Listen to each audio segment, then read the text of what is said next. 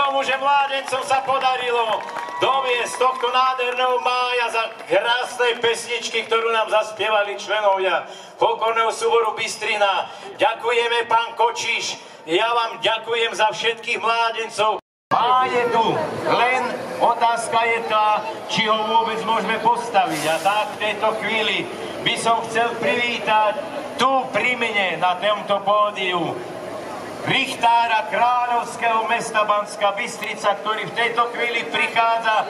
Pekne vítam, pán richtár, zatleskajte mu, lebo to je chlap na mieste, že prišiel aj v tento nádherný deň trošku sa zadarmo opaliť pod na slnko, pán richtár, tak? Aby nás bolo vidieť, toto bude tvoj mikrofón. Nuž, každoročná otázka, nie sme tu prvý ani posledný krát. Ale ja som počul, že dokonca v Rooseveltovej nemocnici sa za minulý rok narodilo až 1000 detí. Tak koľko bolo z toho dievok? No, takto. No. V prvom rade všetkých vítam sa veľmi, že sa po roku môžeme stretnúť pri postavení mája, symbolu lásky, zdravia, šťastia.